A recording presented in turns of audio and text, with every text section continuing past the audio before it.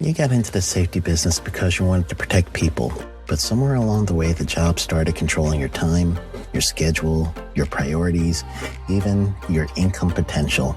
What if the expertise you've built over the years in the field can give you something more? More freedom, more control, more ownership of your future. I'm Sheldon Primus, the author of 7 Steps to Starting a Profitable Safety Consulting Business and the host of the Safety Consultant Podcast, with more than 350 episodes helping safety professionals become consultants and grow their career. Consulting changed my life. In fact, I'm a full-time RVer, and one consulting contract paid for my home I live in today. Now, I help safety professionals build their own consulting practice through bi-weekly coaching calls, accountability, and personal guidance. But this program isn't for everyone. Start with the Consultant Readiness Audit at sheldon.coach. What if everything we thought we knew about safety was just interference? From the host of the Rated R Safety Show and the founder of Safety FM comes the complete Signal Transmission Trilogy, now available in one powerful edition. Safety, in my opinion, the book that started the conversation. Safety Mutation, where the boundaries of culture, systems, and belief begin to break. And now, Safety Transmission, the final piece of the signal. For the first time, all 3 books are together in one volume. The Signal Transmission Trilogy, Complete Edition. This isn't just about compliance. It's about consciousness. It's about decoding the way we think, lead, and live, inside and outside the system. Whether you've been following the signal since the beginning or you're just now tuning in, this is the version to own. Search Signal Trilogy on Amazon or visit safetyfm.com to get your copy now.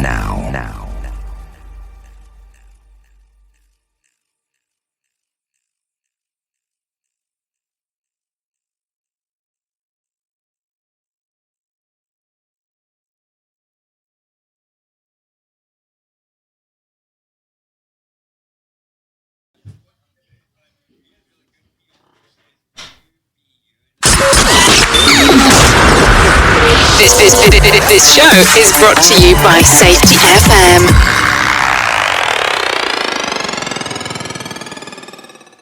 And from the border of liberty and prosperity and the highway to the north, this is Safety Wars for Thursday, December 15th, 2022. I'm your host, Jim Polson. In case you didn't know. Your humble safety warrior.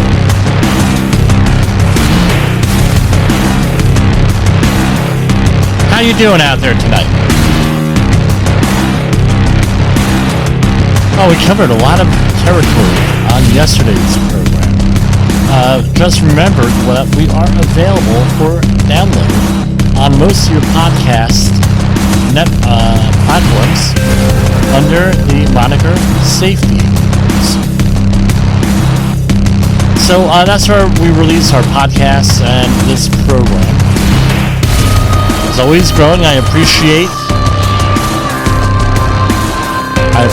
the support, the encouragement, the coaching, and everything else that goes into it. It's helping me become a better person, a better communicator, better whatever we call it.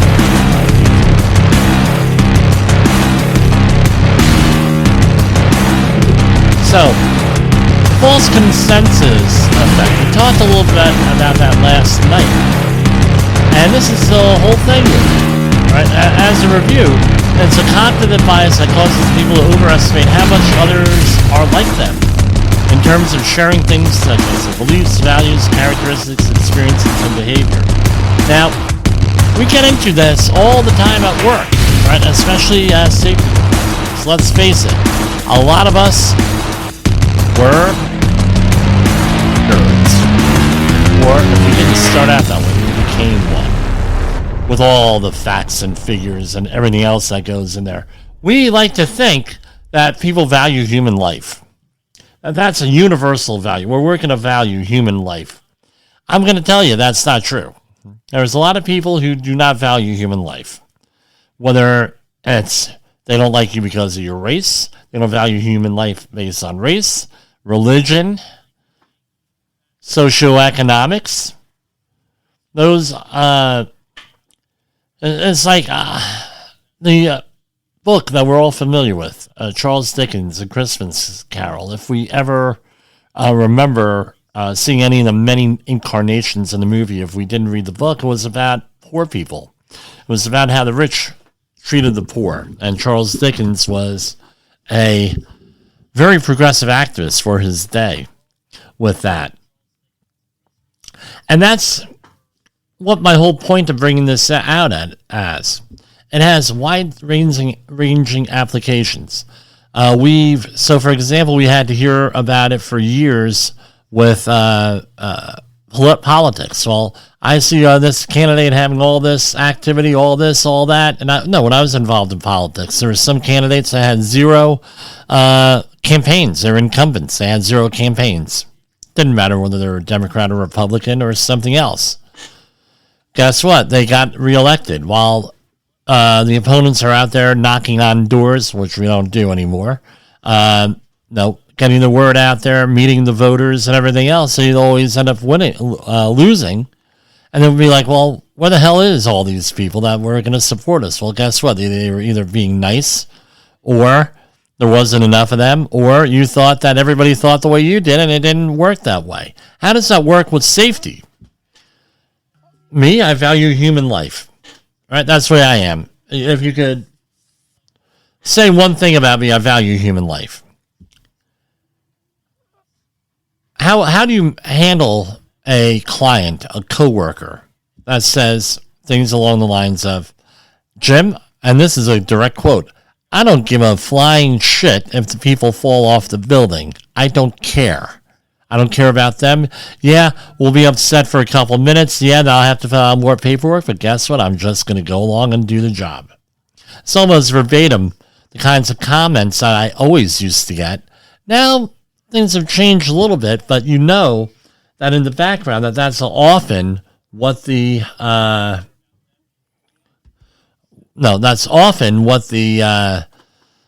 people have in the back of their mind, this false consensus. And it also it leads to a lot of conflict on that. And you have to figure out ways of managing that. Again, being the safety professional, you're not the one that's going to be doing the hiring, the firing, or the interviewing, or even disciplining 99% of the time.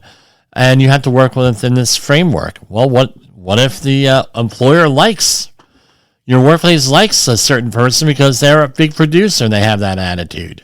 Well, guess what? Eventually it's going to catch up to them. And God forbid you're the one that has to pay the bill, right? Either politically, financially, or anything with it. That being said, right, for the 8th time, this is right from the Department of Labor. I'm not going to, as usual, I do not mention company names, usually. And, and these are right out of the press releases from OSHA. I'm trying to get my mind together here. For the 8th time since 2016, federal safety inspectors found the owner of a certain roofing company in Ohio exposing roofers and other workers to the construction industry's leading cause of death, falls from elevation, by failing to provide them with fall protection, equipment, and hazard training. So this would be a severe violator thing that we were talking about yesterday. Altogether, a certain roofing company and owner now face $300,144 in penalties after a U.S. Department of Labor OSHA inspector observed 8 employees working at heights of up to 20 feet without fall protection while atop a residence on my father's birthday, June 22nd, 2022. I knew where I was doing that day. I was at his funeral. Following the June inspection, the agency cited the contractor for 5 violations, 3 willful and 1 repeat and 1 serious, for exposing workers to fall hazards, failing to use ladders correctly, lacking an accident prevention program, failing to provide training on ladder usage and fall hazards, and failing to provide eye protection. This roofing company shows a callous disregard for the safety and well-being of its workers and continues to expose them to risks of serious, debilitating, and potentially fatal fall injuries, said Area Director Todd Jensen in Toledo, Ohio. Holy Toledo, right? This employer, name what movie that was from. Old expression, right? This employer and others who continually put the people in jeopardy can face our full legal powers to hold them accountable.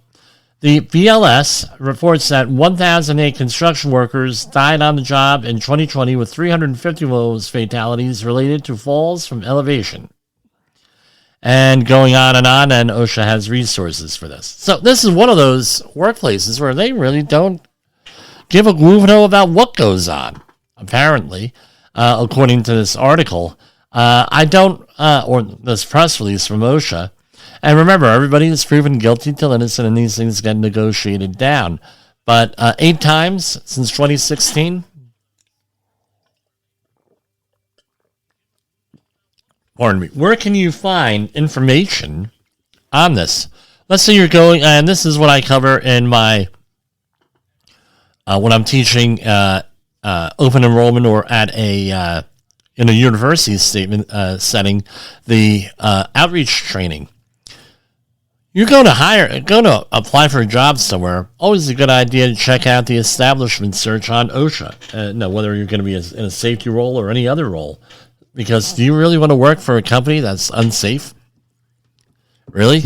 Most employees don't, but there are some employees that really say, "Hey, they're paying. I got the job," and a lot of times companies like this prey upon underprivileged, underrepresented, at-risk communities, however we're going to describe them, because they can't find jobs anywhere else because of either criminal records. That's one. I know of a couple of companies that go where criminals are and say, "You want to work here? Well, you can work for free. Work for under the table. You could do. You can work for us," and they're gaining something. They have to have a job for. If they're on probation, for example, and things of that nature. And those are the kinds of communities that for whatever reason, kind of specialize in doing training for them. Through the university that I work for, and also other groups where we do training for at-risk communities. So give us a call, 845-269-5772, or email us at jim@safetywars.com, and we could go and hook you up with some training classes. This is from FEMA. Hurricane Ian flood insurance payments surpassed $1 billion. FEMA encourages policyholders to take advantage of extended grace period. More than $1.2 billion has gone into national flood insurance policyholders to help their Hurricane Ian recovery, with 46,000 policyholders having filed claims following the storm's landfall. More than $237 million of those dollars were in the form of advance payments, where policyholders can receive up to $20,000 after filing a claim. And it goes on and on and on. They extended the grace period to renew one's policy from 30 to 90 days for certain Florida policyholders. Going on and on. So if just check out the FEMA.gov website, see if you're eligible or you would want these loans. I think the interest rate is probably going to be okay compared to the interest rate everywhere else.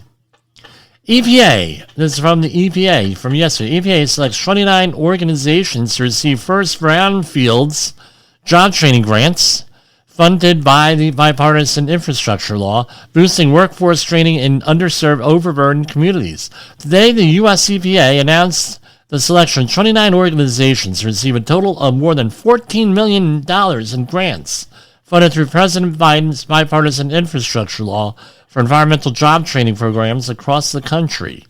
The grants through EPA's Brownfield Jobs Training Program will recruit, train, and place workers for community revitalization and cleanup projects. I hope my university gets those. Where are they looking at doing stuff? Right, lead and asbestos abatement, hazardous waste operations and emergency response, mold remediation, environmental sampling and testing, and other environmental safety training. I'm looking at the list of companies, and they seem to be in major metropolitan areas throughout the country. So I'm going to save that one. Give me a second here. Okay. We're going to move over. I kind of have to be more consistent here with what I am doing. It's about that time. We're going to try to do money stuff right now at about 13 minutes after the hour. Dow Jones Industrial fell 2.25%. That's like 750 points today to close at 33,202. NASDAQ was also down about 3% at 10,810. U.S. 10-year Treasury yield was down to 3.448. Crude oil up 76.29. Hold on. Okay.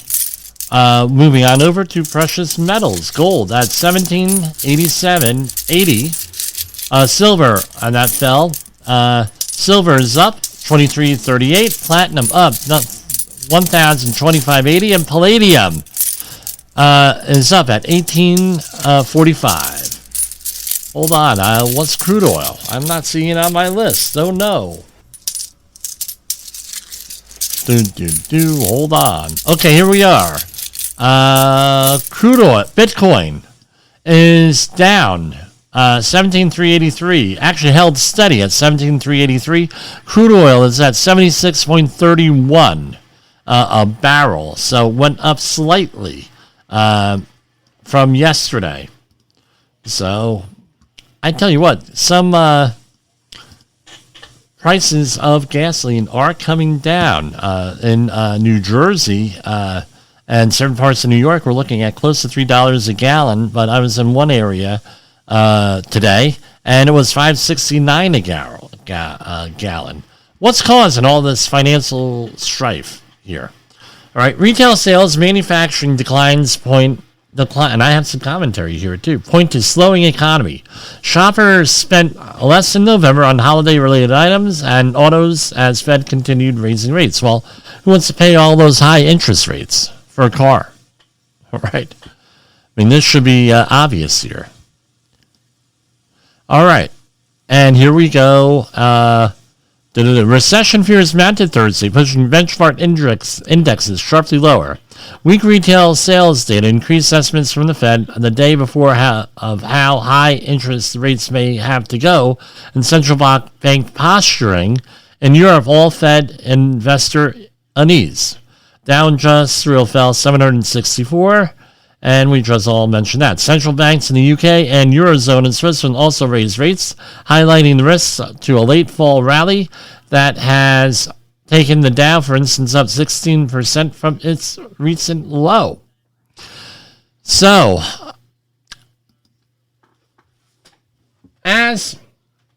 we go over, it's one of our favorite topics here, Saul Alinsky's Rules for Radicals. And it's how you institute, for review, social change out there. And it could be change for... Alinsky wrote it for political activism and things of that nature. But they also apply to inside organizations. And one of the rules on there, I forget which number it is keep the pressure on. Keep the pressure on. How is that relevant to some of our stuff here? Have you noticed that since probably 2000, right, and a lot of our listeners, our new listeners, probably a couple of college students that I had training with this week, they weren't alive back in 2000, right? What happened in 2000, November? You had the Florida recount for the presidential election. That was a crisis. Then, in September 2001, September 11th, you had another crisis. You had the Bush administration. That they came in under crisis. And it seems like, and it doesn't, remember, we've had Republican, we've had Democrat, we've had another Republican, now we're another Democrat in the White House. The Senate and House of Representatives have gone back and forth a couple of times between parties and everything else here. So this is really apolitical, but if you notice, we're in a constant state of panic, keeping the pressure on. We're in a constant state of everybody being a nervous wreck. We're in a constant state. If it weren't the terrorists who were going to get us, then it was certain groups from the Middle East are going to get us. Then it was going to be one group, another group's going to get us, and then another group's going to get us, and then another group, and then, President Trump's people are going to get us. Oh, no, the Biden people and the Hillary people are going to get us. Everyone, and it's all mayhem, and it keeps us under all this stress and all this pressure and everything else. One thing that I've always noticed is that when you're putting people under pressure, constant pressure, again and again and again and again, and a constant pressure, what happens? They become a lot easier to control, don't they? They come, they become easy to control, easy to manipulate, easy to extract money out of. Easy to do everything. When everything's urgent, everything has to be now. Everything has to be all this stuff on and on and on. This is not good, my friends.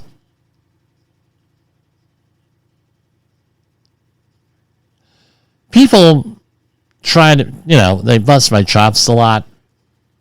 I am a Trekkie, admittedly. I like Star Trek. Why? Always have. From my first episode I saw back in September 1973, which was the animated series. I believe it was the episode The Joker, until today. Right? It's on constantly. Gave me a lot of hope.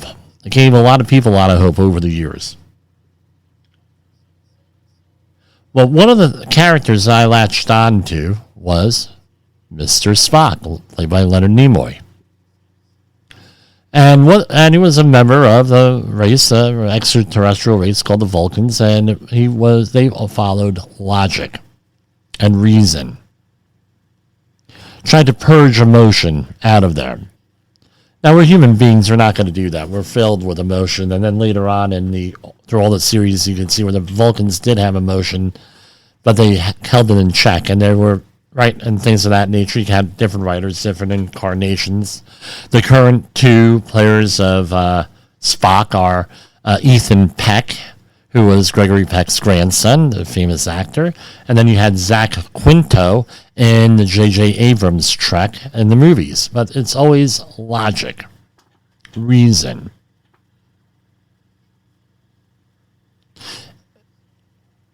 When I was explaining coaching to my class this week, I did an OSHA outreach training class. I did a first aid CPR class with the same group of people. Right, not on the same day because that's against the rules. But what we've always tried to do is teach logic. We teach people I teach people, look, the biggest mistake I ever made was letting myself be manipulated by my emotions with high drama. And just before I went on the air here with the podcast, right, I had a milestone birthday back in 2020. And I said, how many more years do I have? So I'm going to make a concerted effort. And it's been a concerted effort since my mid-30s, actually my mid-20s, to try to purge emotionalism, snap decisions, try to get myself out from being all this emotion, and everything else, and being easily manipulated. I'll be honest with you. Some days I struggle with it still. And when I see, and when I'm working with other workplaces, whether it's where I'm doing accident investigation, I'm managing day-to-day safety operations, I come in for a training class, I do whatever, which we always do that, or I have one of my people do that. All of the problems stem, it seems, a good chunk of them from letting their emotions run wild. Letting themselves be manipulated. And what happened was, one of the reasons why we do this, and we do what we do on Safety Wars, now Safety Wars Live before the podcast, and before that, and still occasionally the podcast, is we try to coach people how to not be manipulated. It's a very important skill. We can see now, right, constant financial pressure with the ups and the downs of the stock market and inflation and gas prices and this. And they're all real problems, don't get me wrong, but the thing is how are we going to get ourselves out of this? Routine is one way. Making sound financial decisions and business decisions is another way. And all that stuff. So you need to, get rid of this emotion. I'm rambling on and on. And that brings us to our next story here. And this is from the New York Times. Luddite teens don't want your likes, when the only thing better than a flip phone is no phone at all. All right, so apparently there's a group of teens that got together in Brooklyn, New York, and they formed a club, the Luddite Club, a high school group that promotes a lifestyle of self-liberation from social media and technology. And they meet at Prospect Park.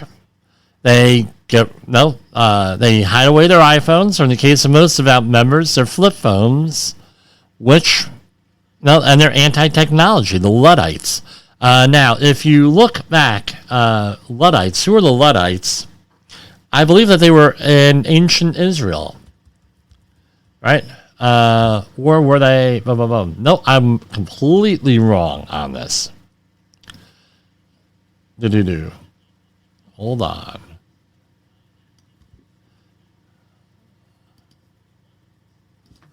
Hold on. Give me a second. I'm going to look it up. A Luddite is... Oh, okay. I did not know that. I thought they were a biblical thing. All right. It's a member of the bands of English workers who destroyed machinery, especially in cotton and woolen mills, that they believed was threatening their jobs. Right? So, they were the textile workers in the 19th century, the Luddites. The group is believed, I'm reading off of Wikipedia, so God knows how accurate it is. The group is believed to have taken its name from Ned Ludd, a legendary weaver supposedly from Leicester. I guess that's how you pronounce it. So here we have a group of children, and as this is biblical, from the mouths of babes, right? That has this. Well, we're going to get rid of technology, right? We're going to deal with that. I find myself jealous in a way, right? Where they're getting away from technology. It's all ingrained in us. I don't know. It's now one of the teens, Lola, a young lady named Lola.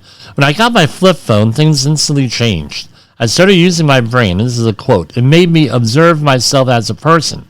I've been trying to write a book too. It's like 12 pages now. And, I don't know. This is actually, I think it's a good thing with this unplugging. Now, technology has a lot of advantages. Let's not throw the baby away with the bathwater. Medical advances. We're communicating right now because of technology. I wouldn't have this nightly broadcast, if that, which is literally, and I have to thank Jay Allen again, this is literally a dream come true for me, this whole thing. this opportunity. Sometimes I hit it out of the park. Sometimes I don't. That's just the way life is. But this is, the best thing that, one of the best things that have ever happened to me was this. And I want to thank everybody here. So let me stop rambling. I'm going to take a little break here, and we'll come back to you after the break. In the professional safety community, communication and planning are just a few keys to your program's success. The question many practitioners have is, where do I start? Dr. Jay Allen, the creator of the Safety FM platform and host of the Rated R Safety Show, has built a global foundation to help you along the way. Go to safetyfm.com and listen to some of the industry's best and most involved professionals, including Blaine Hoffman with the Safety Pro, Sam Goodman with the Hop Nerd, Sheldon Primus with the Safety Consultant, Jim Pozell with Safety Wars, Emily Elrod with Unapologetically Bold, and many others. As individuals, we can do great things, but as a team, we become amazing. Dial into safetyfm.com today and surround yourself with a powerful force of knowledge and support.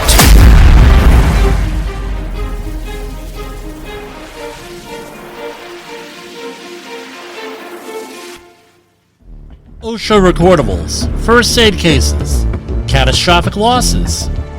You want answers? So do I. This is Jim Posel with Safety Wars. Okay, we are back.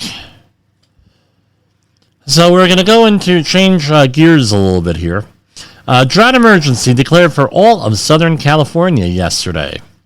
As California faces the prospect of the fourth consecutive dry year, officials with the Metropolitan Water District of Southern California have declared a regional drought emergency and called on water agencies to immediately reduce their use of all imported supplies.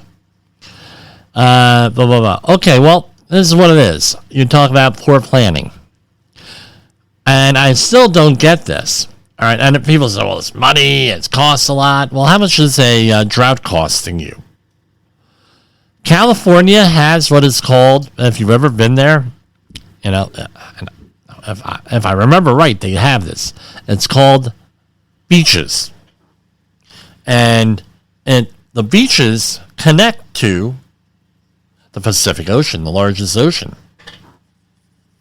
And I do understand that it's smaller than it was because we now have the Southern Ocean and everything else. And no, my son comes to me, hey, Daddy, did you know that there's a Southern Ocean? I said, no, I did not. Give me the book. And sure enough, a couple years back, whatever organization regulates oceans came up with the Southern Ocean. But anyway, why don't we have desalination plants over there? If only, costs a lot of money to desalinize water. Okay, great. Well, we have peak use electrical plants all over the country. We have peak use sewage treatment plants all over the country, especially in cities like New York, where they have peak use sewage plants because New York has to combine sewer, sanitary, and storm sewers. All right, they have all of this stuff. Why don't we have a peak use or a drought emergency water treatment plants for desalination so we don't have to go through this crap? Oh. Costs too much. Oh, really? How much is a drought going to cost you? You guys, right, we talk about climate change. Let's talk about climate change here, right? Climate's always changing. We know that. Did you know, and this is a scientific fact, all right, this is an absolute scientific fact. During the last ice age, like 22,000 years ago, the shoreline in the Jersey Shore was 90 to 120 miles out there. And right where I'm sitting right now in beautiful Clarkstown, New York, we had like a mile of thick of ice. And without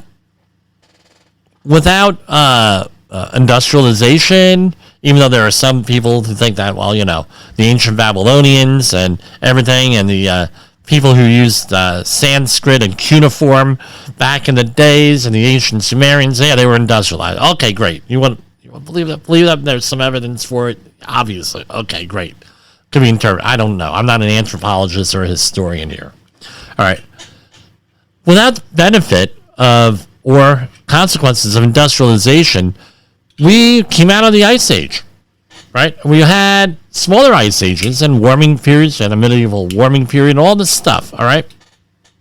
Well, let's get this straight. Climate's changing. It's changing today. The sea levels have been rising since the end of the last ice age. Glaciers have been receding, right? Our North American glacier is somewhere way up in Canada, right? And the Alaska. In Europe, it's the same thing. Okay, great. It changes. All right, we get it. So did it ever occur to anybody that, for 200 years, California wasn't as arid as it is today for the last... It seems like they've been in constant drought for 15 years. How about the land use patterns in California? You go out there, and I'm not impugning California, and I know I'm in drive time. Guess what? The land use patterns, they use a lot of water. They did for years. And now they've cut back. They're changing things. Things are getting better regulated, better land use. Okay, great. I get it all. And things are getting better. Overall, things are getting better. I'm not a doom and gloomer. Why aren't desalination plants, why aren't they out there doing that? Because this is idiotic here at this point, my opinion. All right? On there. Maybe Gavin Newsom could go out and, do this. I mean, think about it. Just building the things, you're going to have permitting issues. That's going to cost money. That's a benefit to the state, the permits, doing it right. You're going to need a workforce to build these things and to connect them to the current water grid that we have, the water system. That's more public works. That's good. Right? You can have 20 or 30 years of public works here, building these plants and designing them and everything else. All the jobs and everything. Now, if you need them, now you got it. Now let's talk about your own disaster planning. What are you going to do with a water shortage? This is a real thing, guys. This is a real thing. I was talking to someone who lives in Freedom, New Jersey, which is up in northern New Jersey last week, and they're homesteaders. You're going to think homesteaders. Yeah, they're like homesteaders, off-the-grid people that living in northern New Jersey, Freedom, New Jersey. Who would have thought? Sussex County is a rural area. Very rural area. I'm very familiar with it. And one of the things he's planning for is water. Why? Because they've had water issues up there historically with sewage treatment, water treatment plants going down. I remember at my parents' house, we had a blackout in the middle of the summer during a family picnic. It wasn't a family, it was a church picnic, right? Up there. And it was a nightmare. But we had things already in place because guess what? The house is on a lake, so we had access to water. We had bottled water. If it was going to go on for more than a couple of days, we had plenty, for flushing the toilets and things of that nature. We had water. We had drinking water. All this stuff goes in there. We had a plan in place. What's your plan? You're in California. You're in a drought area. What's your plan for conserving water? If you're on your own well water, what's your plan? Again, this is all part of disaster prep, which we discussed every September. You can go back and look at our programs. Far-left extremists arrested for domestic terrorism at a planned police training center in Atlanta. 5 far-left extremists were arrested Tuesday amid a demonstration against the site of a planned public safety training center that the protesters have dubbed Cop City. The proposed training center will be built on 85 acres in a forested area of DeKalb County that previously housed a prison farm. The demonstrators have camped out in the forest trees in a show of protest against the $90 million project. The GBI, Georgia Bureau of Investigation, and other state and local police agencies are on site Tuesday, working to remove barricades or blocking several of the entrances to the center when the arrests were made. Yesterday, several people threw rocks at police cars. Unbelievable, right? for that. Doesn't hit the national news. Okay, we're going to cover a couple of stories on China here. Chinese student arrested after threatening democracy activists in Boston. The U.S. prosecutors said on Wednesday a Chinese citizen attending I'm going to leave out the college in Boston stalked and harassed an activist who posted flyers supporting democracy in China and also reported the person's activities to Chinese law enforcement.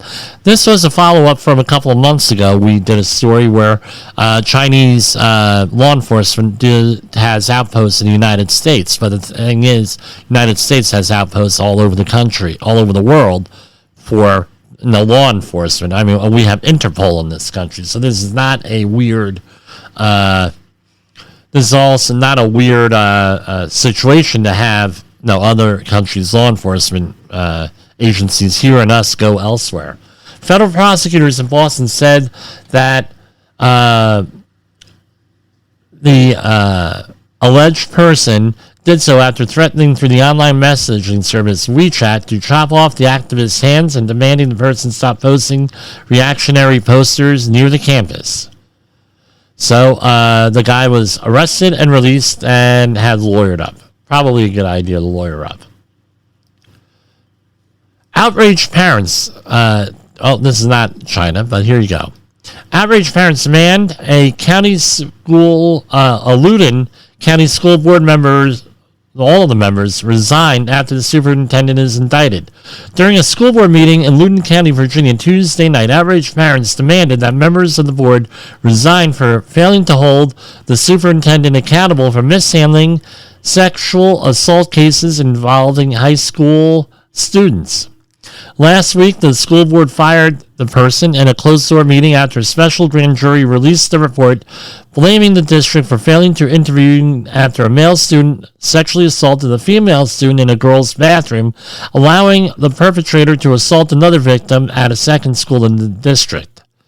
The grand jury document declared that Loudoun County Public Schools failed at every juncture in its treatment of offenses perpetrated by the same male student who identifies as gender fluid. The male student was found guilty by a juvenile judge of doing something very bad. We'll leave it. It has the details here, but I'm not going to mention what they are. Right? And did some other horrible things to a second victim in a classroom. Unbelievable. Again, right? Here's a story about China. Biden blacklists China's YMTC crackdowns on AI chip sector. The Biden administration on Thursday added Chinese memory chip maker YMTC and 21 major Chinese players in the artificial intelligence chip industry to a trade-back blacklist, running its crackdown on China's chip industry. So, I know a little bit about this because I ask questions. In upstate New York, there's a chip manufacturer. I'm not going to mention where it is. And I was talking to some people who work there as contractors. And I'm sure they didn't release anything that they weren't supposed to. But as we found out during the pandemic, we have a chip shortage. We weren't able to get certain, and we still can't get certain electronic stuff out there. How long does it take to get a chip approved, do you think? About 5 years to get a chip manufacturer approved in this country with all of the NGO and I think the very limited government standards. There are industry standards for chips in here. And basically, reportedly, the Chinese military is looking to remove barriers with civilian sectors of their economy, and it's having these companies in here. They're security risks for the United States and their chip manufacturers. Since we have so few chip manufacturers here, number one, and number two, we get a lot of our chips from Taiwan, right? And we know that we've been having Taiwan issues, but they haven't hit the news lately.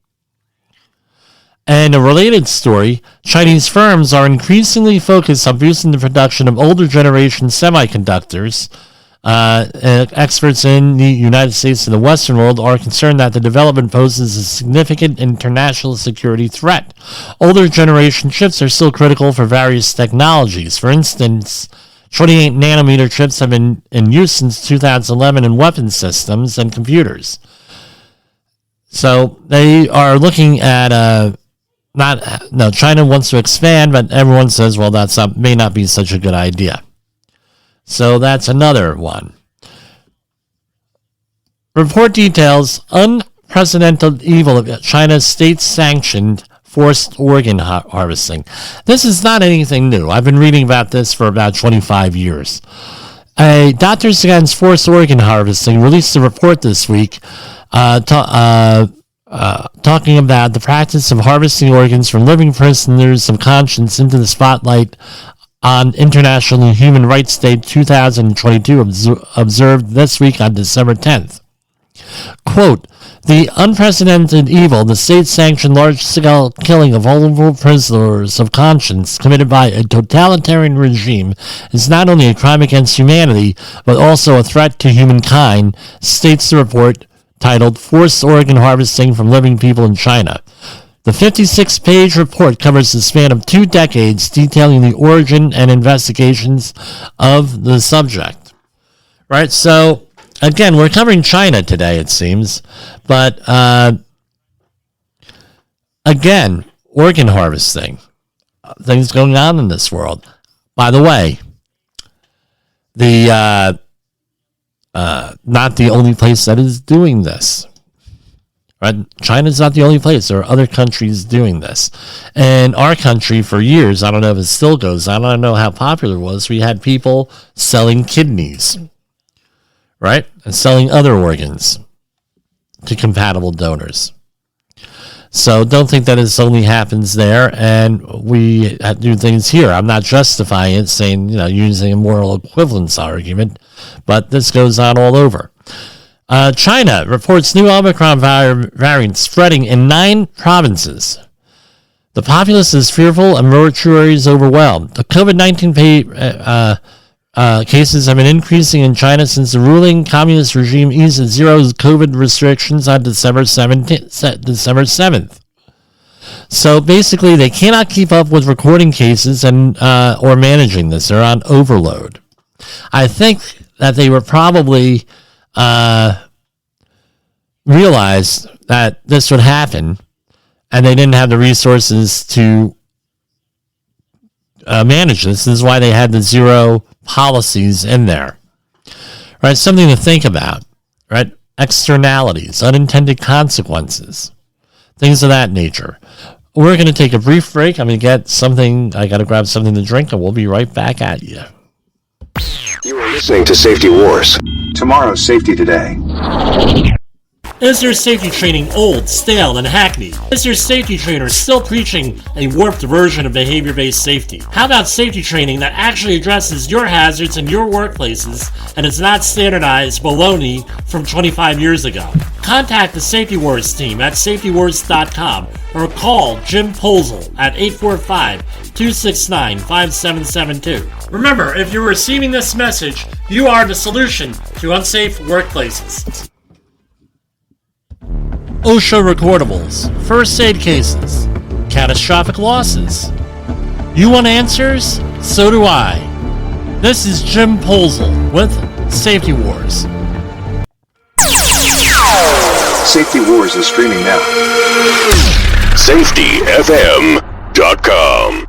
And we are coming back.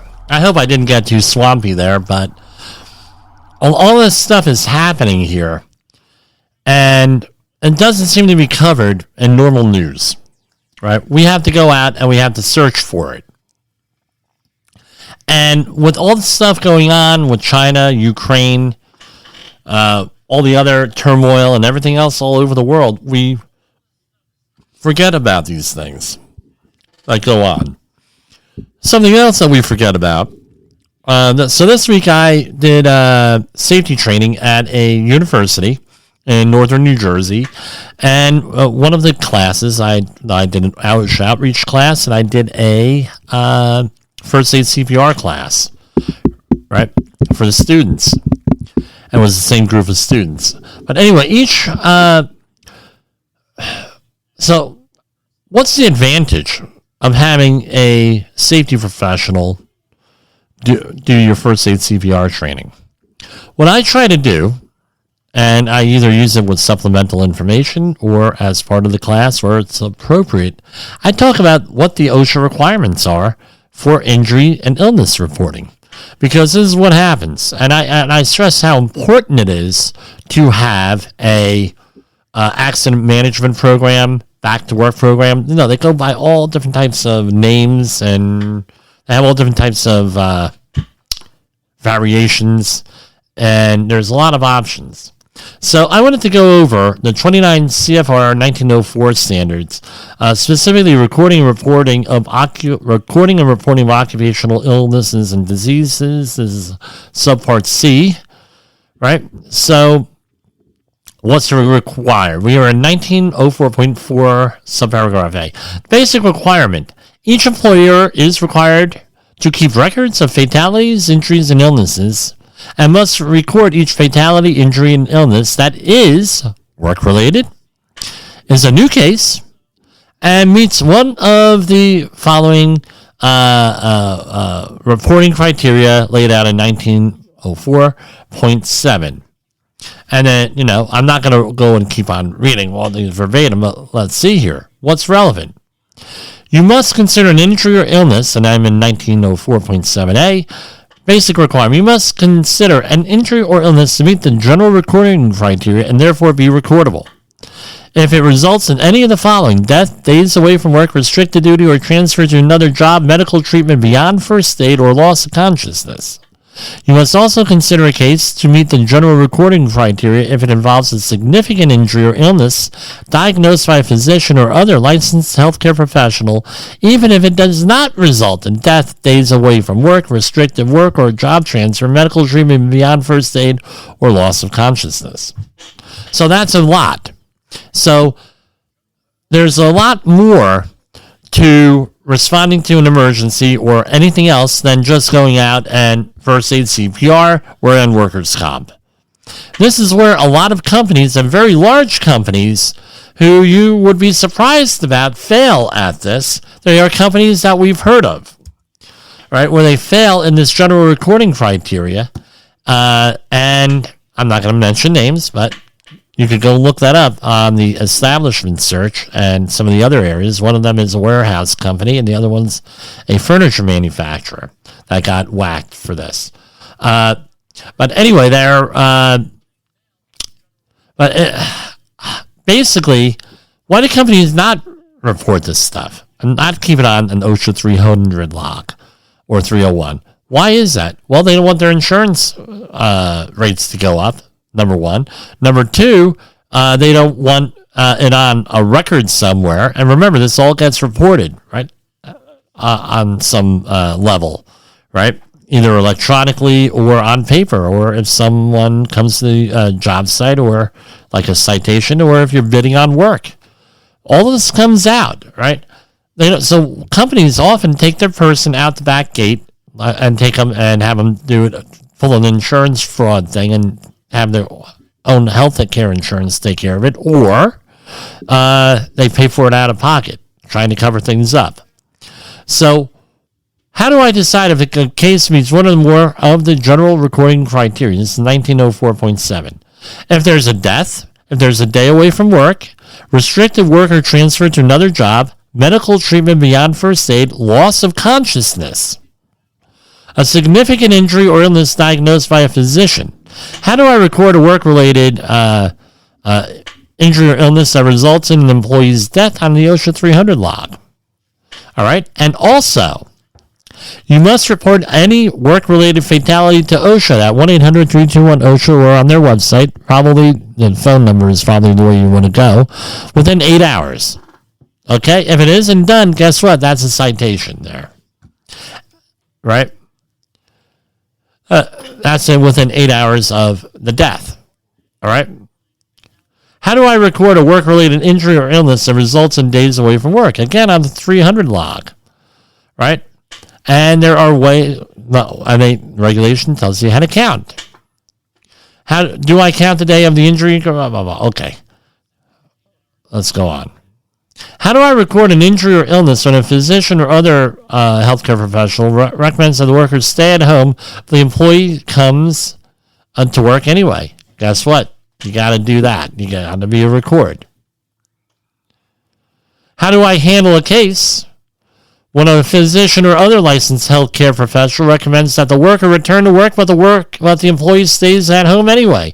In this situation, you must end the count of days away from work on the date the physician or other licensed healthcare professional recommends that the returns to work. All right, and then it goes on and on and on and on.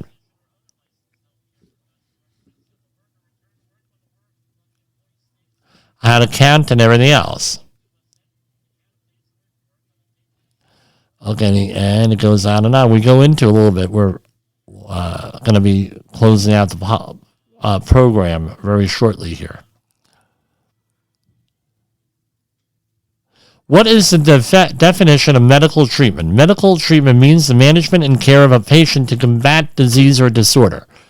Right? That means a visit to the medical treatment does not include a doctor's visit, a diagnostic procedure, or first aid. What is first aid?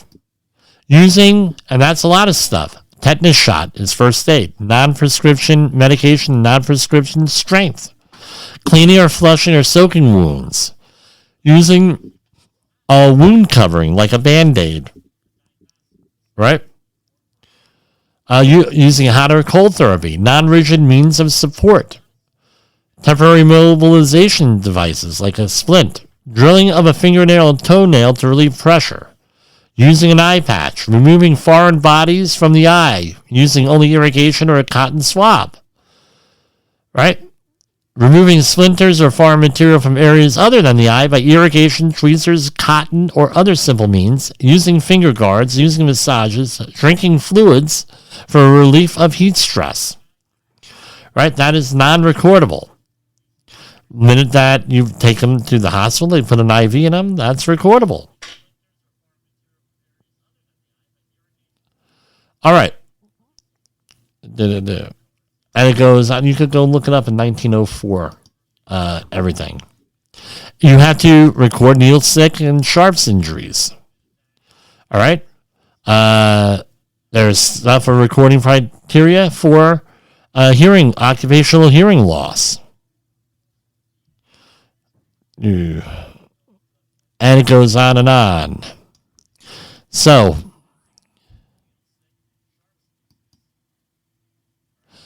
here you go. Another big one. You should go and read. 1904.39. The basic requirements of reporting, right? So, someone dies, within 8 hours, you got to report it to OSHA. Within 24 hours, if there is an inpatient hospitalization of one or more employees, that's a relatively new requirement. Or an employee's amputation or an employee's loss of an eye as a result of work-related incident, right? You must report the inpatient hospitalization and everything to OSHA. Right? You must report the fatality and pay, blah, blah, blah, by one of the following methods. A telephone or in-person visit to an OSHA area office that is nearest to the site of the incident. By telephone, 1-800-321-OSHA. Make sure you have a witness there that says you did it and you take notes and everything else that goes into that. By electronic submission using the reporting application on OSHA's website. I always recommend either in person or a phone call with that. Because this is what happens. Companies often do not call until 7 hours and 45 minutes or get there. And what if the office is closed? Now you got a problem. What's my whole point on here? You have people going to, you're sending out your employees for first aid CPR training. Guess what? There's a lot more that goes into that. That's not in the standard first aid CPR course, especially for the workplace. Either you're going to have to supplement that or make it part of the first aid CPR course.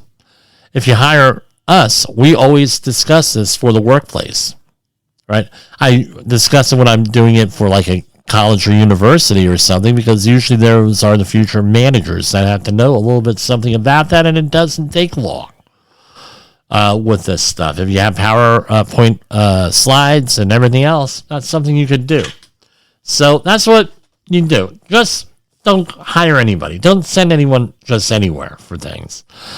Give us a call if you want first aid CPR training. We do travel. We'll go wherever you have the training class. Our number is 845-269-5772, or you can give us contact us at jim@safetywars.com. And we're going to conclude today, and we'll have I might not be here tomorrow, so I have some family issues going on tomorrow. Let me wish my mother a happy birthday early tomorrow. The views and opinions expressed on this podcast are those of the host and its guest and do not necessarily reflect the official policy or position of the company. Examples of analysis discussed within this podcast are only examples. They should not be utilized in the real world as the only solution available, as they are based only on very limited and dated open source information. Assumptions made within this analysis are not reflective of the position of the company. No part of this podcast may be reproduced, stored in a retrieval system, or transmitted in any form or by any means, mechanical, electronic, recording, or otherwise, without prior written permission of the creator of the podcast, Jay Allen.